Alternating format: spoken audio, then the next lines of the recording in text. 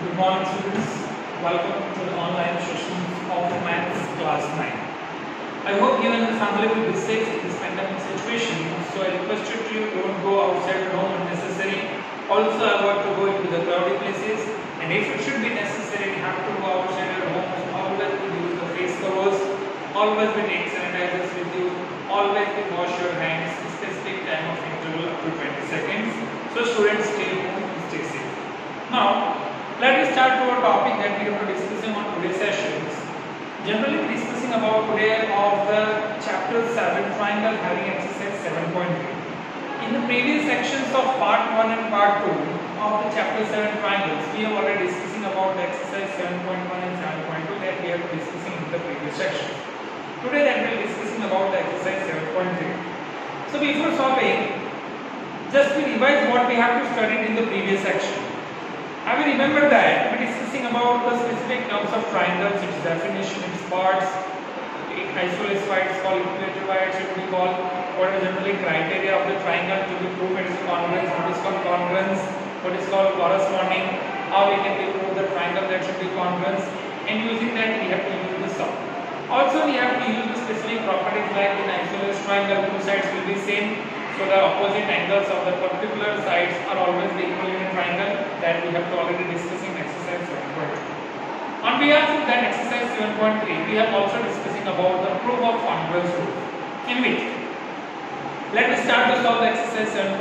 In which we start with some of the questions. Let us move from the second question, the question number 2. Question number 2.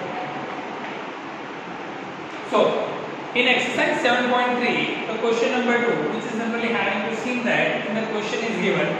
So in that particular question, there is a formation like AD is an altitude of triangle ABC. AD is an altitude of triangle ABC in which AB equal to AC. So we have to prove that AD bisect BC and AD bisect angle A. That we have to prove, right? So if you see that in exercise 7.3, the question number 2, let me start with the question number 2. So in the question number 2, triangle ABC having AD is what? AD is the formation of the median. Okay. So AD is a formation of altitude of a triangle ABC. ABC के AD जो है वो altitude है. So let me start to draw figure first of all. I'll draw figure ABC. Right? और D ऐसा बना देते हैं. That should be a part of D. Okay. और उसमें आपको दिया है AB is equal to AC. That is generally given. So I will make the data.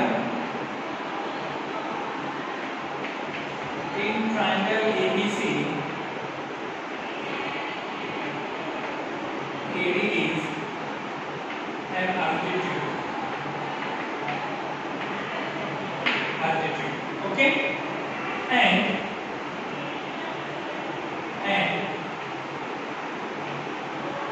AB is equal to AC. That is a given. So in triangle ABC, AD is an altitude. It is a formation of an isosceles triangle. It is isosceles triangle because AB is equal to AC. तो हमें proof क्या करना है? What we have to be proof? लिख देते हैं to proof में to proof 1. First हमें प्रूफ करना है AD bisect BC. ये जो AD है वो BC को bisect कर रहा है.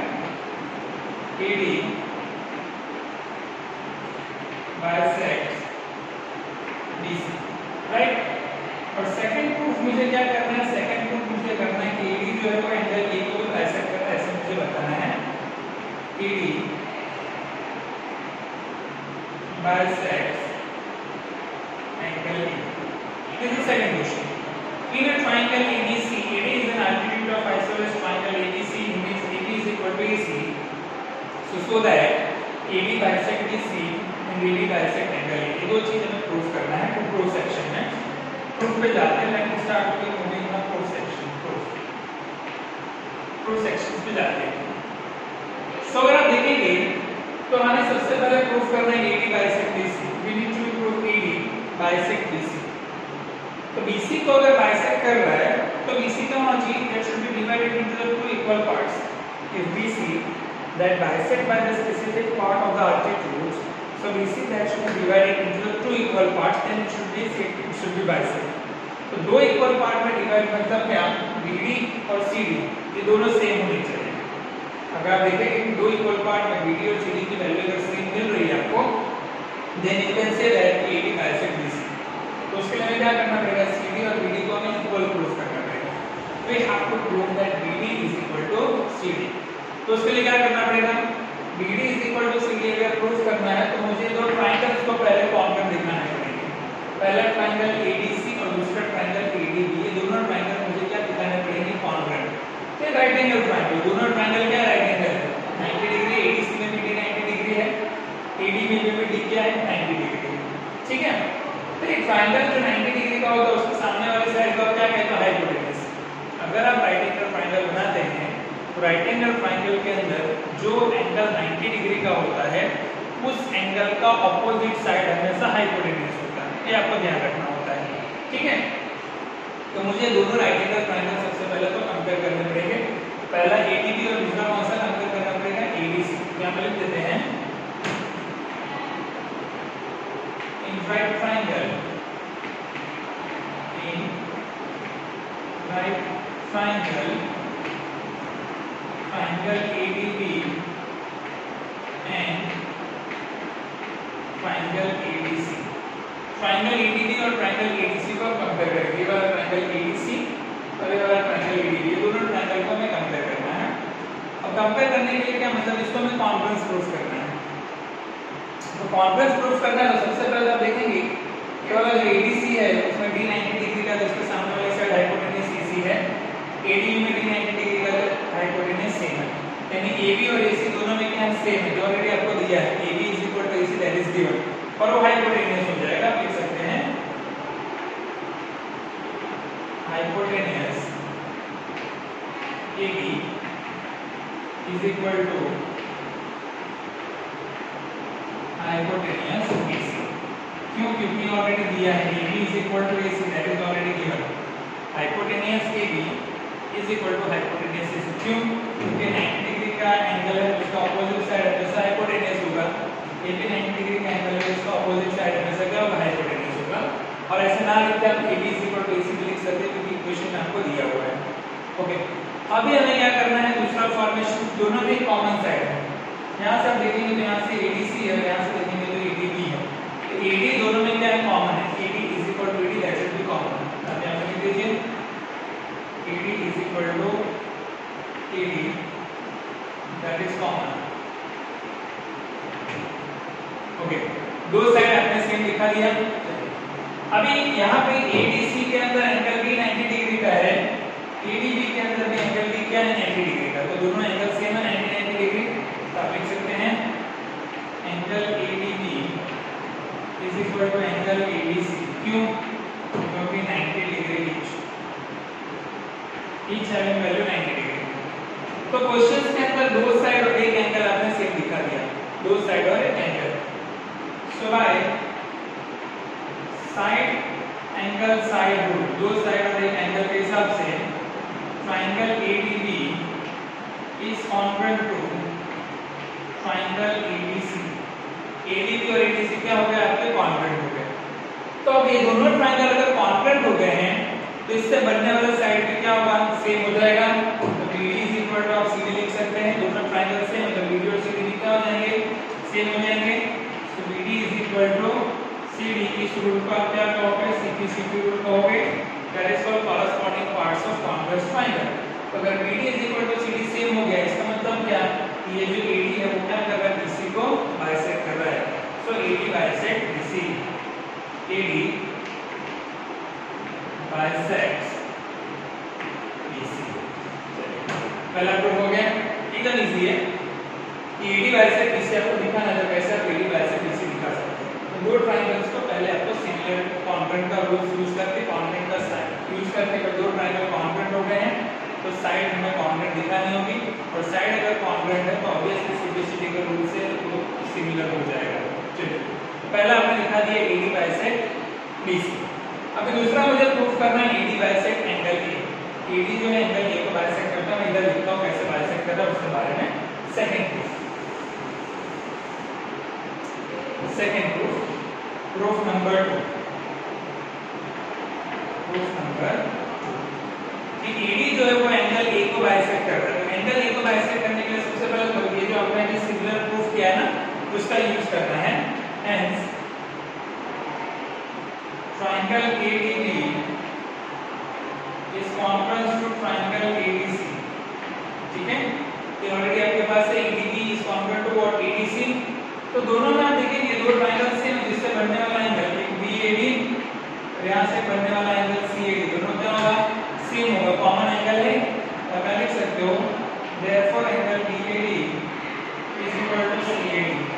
अगर एंगल ए से दो अलग अलग एंगल बन रहे हैं, दोनों एंगल क्या है सेम है, तो इसका मतलब क्या हो जाएगा ये जो एडी है वो एंगल ए को बाइसेक्ट कर रहा है। सो एडी बाइसेक्ट्स एंगल ए। इसको भी आप सीधी कह सकते हैं। ये रूल भी आपने जो लिखा ना, दो ट्रायंगल आपने कॉन्फ्रेंस लिखा है, दो ट्रायंगल अगर कॉन्फ्रेंस है उससे बनने वाला एंगल भी सेम होता है, इसको सीधी रूल कहते हैं। जिससे हमने लिखा दिया एडी बाइसेक्ट एंगल ए। तो क्लियर हो गया कैसे प्रूफ किया है? एकदम इजी फॉर्मेशन से आपने इसको सॉल्व किया है। It's very easy. AD ADC कैसे हम इसको प्रूफ कर सकते हैं। क्लियर हो गया फर्स्ट क्वेश्चन कैसे सॉल्व करेंगे। चलिए मूव करते हैं नेक्स्ट क्वेश्चन की तरफ। थर्ड आपको सॉल्व करना 4 और 5 में सॉल्व करना है। Let me move on to the question number 4। Question 4 पे जाते हैं अभी। Let me move on to the question number 4। Question number 4 जो है सेम है जैसे एल्टीट्यूड का कांसेप्ट है, उस एल्टीट्यूड के कांसेप्ट के हिसाब से हमें प्रूव करने हैं क्वेश्चन को। Let me solve the question number 4।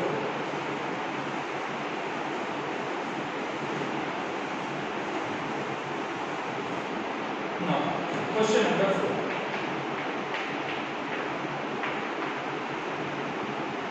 Question number 4 में हमें ऐसे फॉर्मेशन दिया है कि बीई और सीएफ दो आपके इक्वल एल्टीट्यूड्स है ट्रायंगल एबीसी के लिए, और यूजिंग आरएचएस कॉन्फ्रेंस हमें प्रूफ करना है कि एबीसी क्या है आइसोलेस ट्रायंगल है। वो हमें प्रूफ करना है क्वेश्चन नंबर 4 के अंदर।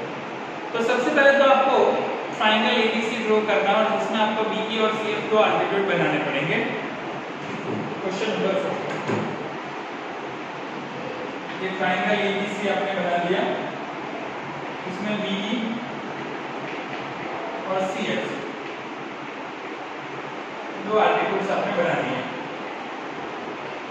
बीई और सीएफ से दो एल्टीट्यूड्स आपने बना दिए। हमें प्रूफ करना है कि एबीसी जो है वो आइसोलेस ट्रायंगल है। अब आइसोलेस ट्रायंगल का मतलब क्या होता है कि ट्रायंगल्स के कोई भी दो साइड सेम है। मान लीजिए इस ट्रायंगल एबीसी के अंदर अगर आप AB is equal to AC ऐसा प्रूफ कर देते हैं, side AB is equal to side AC, तो वो आइसोलेस ट्रायंगल बनेगा। एक सिंपल कॉन्सेप्ट हमारे पास है कि अगर AB is equal to AC आप प्रूफ करते हैं तो वो क्या हो जाएगा आपका आइसोलेस ट्रायंगल हो जाएगा। तो सबसे पहले तो जो डेटा दिया है उसका यूज हम करते हैं कि ट्रायंगल ABC के अंदर जो BE और CF है दो इक्वल एल्टीट्यूड्स है, दोनों सेम है, राइट, दोनों सेम है ऐसा आपको दिया हुआ है कि BE and CF that should be given. ये दोनों सेम है। यहाँ मैं लिख देता हूँ BE और CF आपका सेम है। चलिए तो मैं डेटा लिख देता हूँ यहाँ पे। Data in triangle ABC BE and CF are equal altitudes,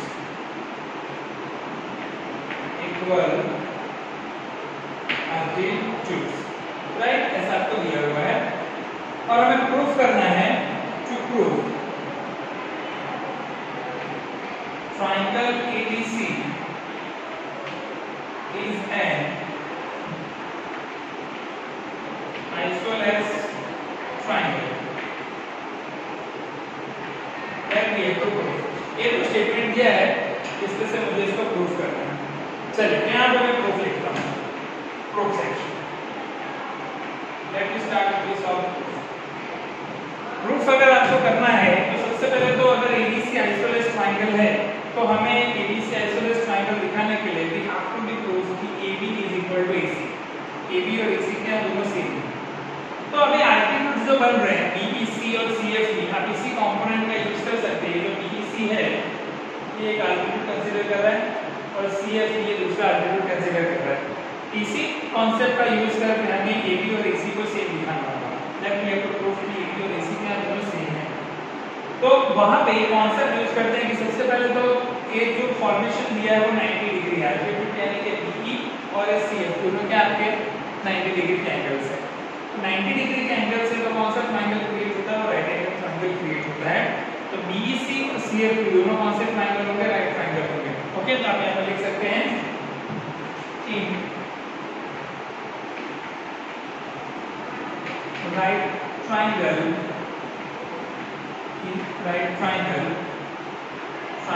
BEC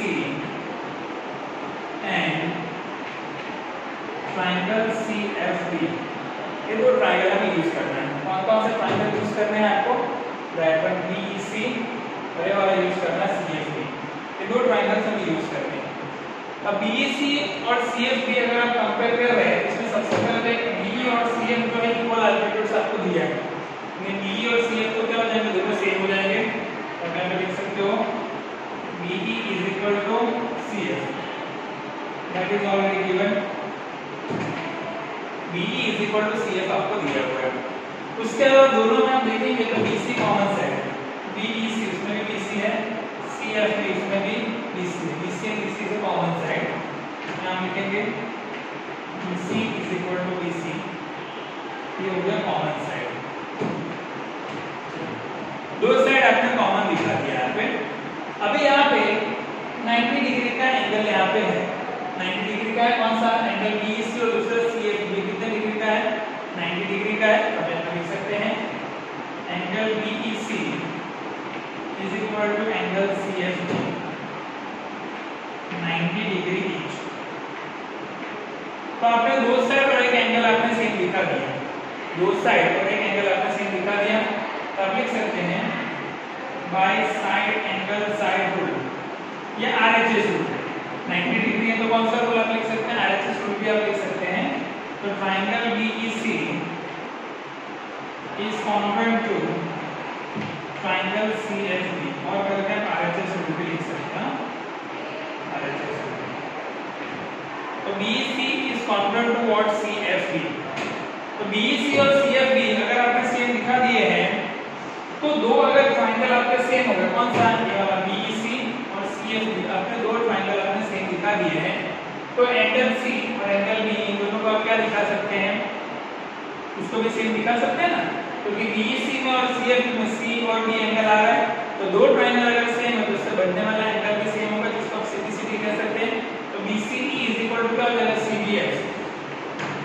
BCE is equal to CBF, इस रूल को आप सीधी रूल कहेंगे, यानी व्हाट, कि angle C is equal to what, angle B। Angle C is equal to what, angle B। तो angle C का opposite क्या है, AB है, और एंगल B का अपोजिट क्या है, AC है। तो AB इज इक्वल टू क्या हो जाएगा, AC हो जाएगा। क्यों AB is equal to AC हो जाएगा, क्योंकि आपको रूल पता है कि angles that side opposite to the angles are always equal in a triangle. तो AB इक्वल टू क्या हो गया, AC हो गया। तो अगर AB is equal to AC हो गया, AB और AC सेम हो गए, तो एक ट्रायंगल के अंदर अगर दो साइड सेम होते हैं तो उसको कौन सा ट्रायंगल कहते हैं, आइसोसेलेस ट्रायंगल कहते हैं। So triangle ABC is an isosceles triangle, ठीक है। तो दो साइड अगर सेम हो गए तो कौन सा ट्रायंगल हो गया, आइसोसेलेस ट्रायंगल हो गया। तो ऐसे आप ट्रायंगल्स को कंपेयर करके उसको सॉल्व कर सकते हो, क्लियर हो गया। चलिए, that is the question number 4।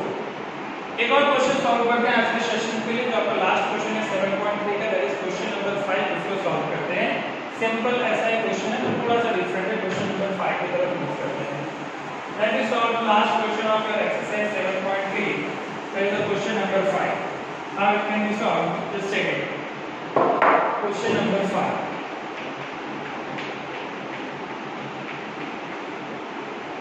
अभी क्वेश्चन नंबर जो 5 है इसमें भी ऐसा ही दिया है कि triangle ABC is an isosceles triangle having AB is equal to AC।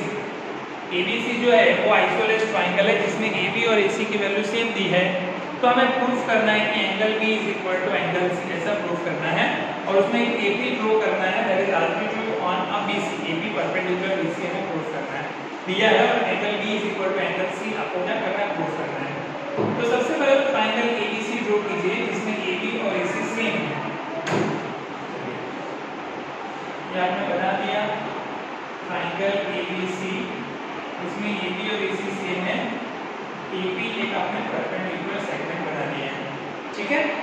Okay, अभी यहाँ पे डेटा टू प्रूफ और प्रूफ सेक्शन आपको लिखना है, तो मैं लिख देते हैं डेटा के अंदर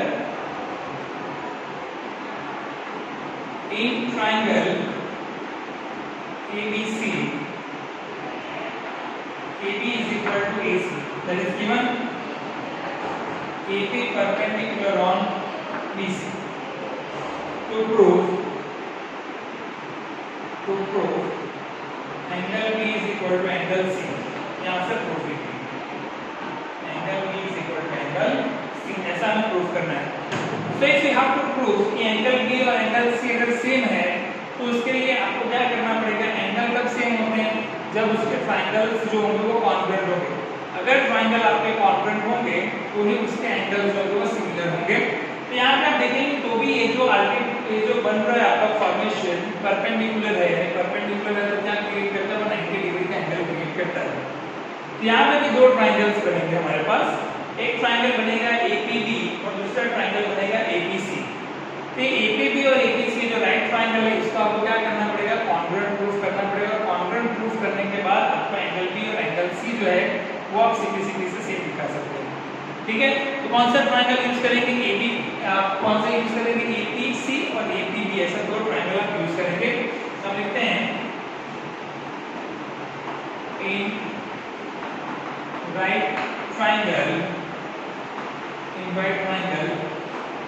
triangle APB and triangle APC, ये दो ट्राइंगल का यूज करेंगे APB और APC का। उसमें आप देखेंगे AB और AC तो ऑलरेडी आपको सेम दिया हुआ है, hypotenuse AB is equal to hypotenuse AC। अब आप लिख सकते हैं hypotenuse AB is equal to hypotenuse AC, that is already given, ये ऑलरेडी आपको दिया हुआ है क्वेश्चन के अंदर। In triangle ABC isosceles triangle इसके AB is equal to AC। तो जब आप राइट एंगल ट्राइंगल APC और APB का कंपैरिजन करेंगे तो पहला तो AB और AC दोनों में क्या सेम है, उसके अलावा आप देखेंगे तो APB और APC उसमें P जो है AB वो कॉमन है, अब यहाँ पे लिख सकते हैं AP is equal to AP, वो हमारा कॉमन साइड है। AP is equal to AP, आपका कौन सा साइड है, कॉमन साइड है। उसके अलावा 90 डिग्री का भी एंगल है, P में P 90 डिग्री का है, तो आप देख सकते हैं angle APB is equal to angle APC that having the value of 90 degree, ठीक है, 90 डिग्री का हो गया। So by RHS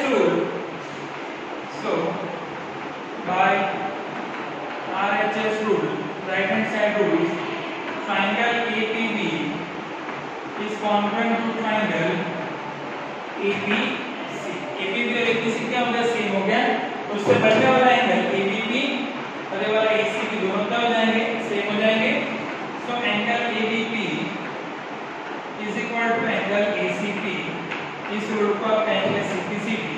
इसका मतलब क्या हो गया कि angle B is equal to angle C, जो आपको प्रूफ करना है, that you have to proof, clear.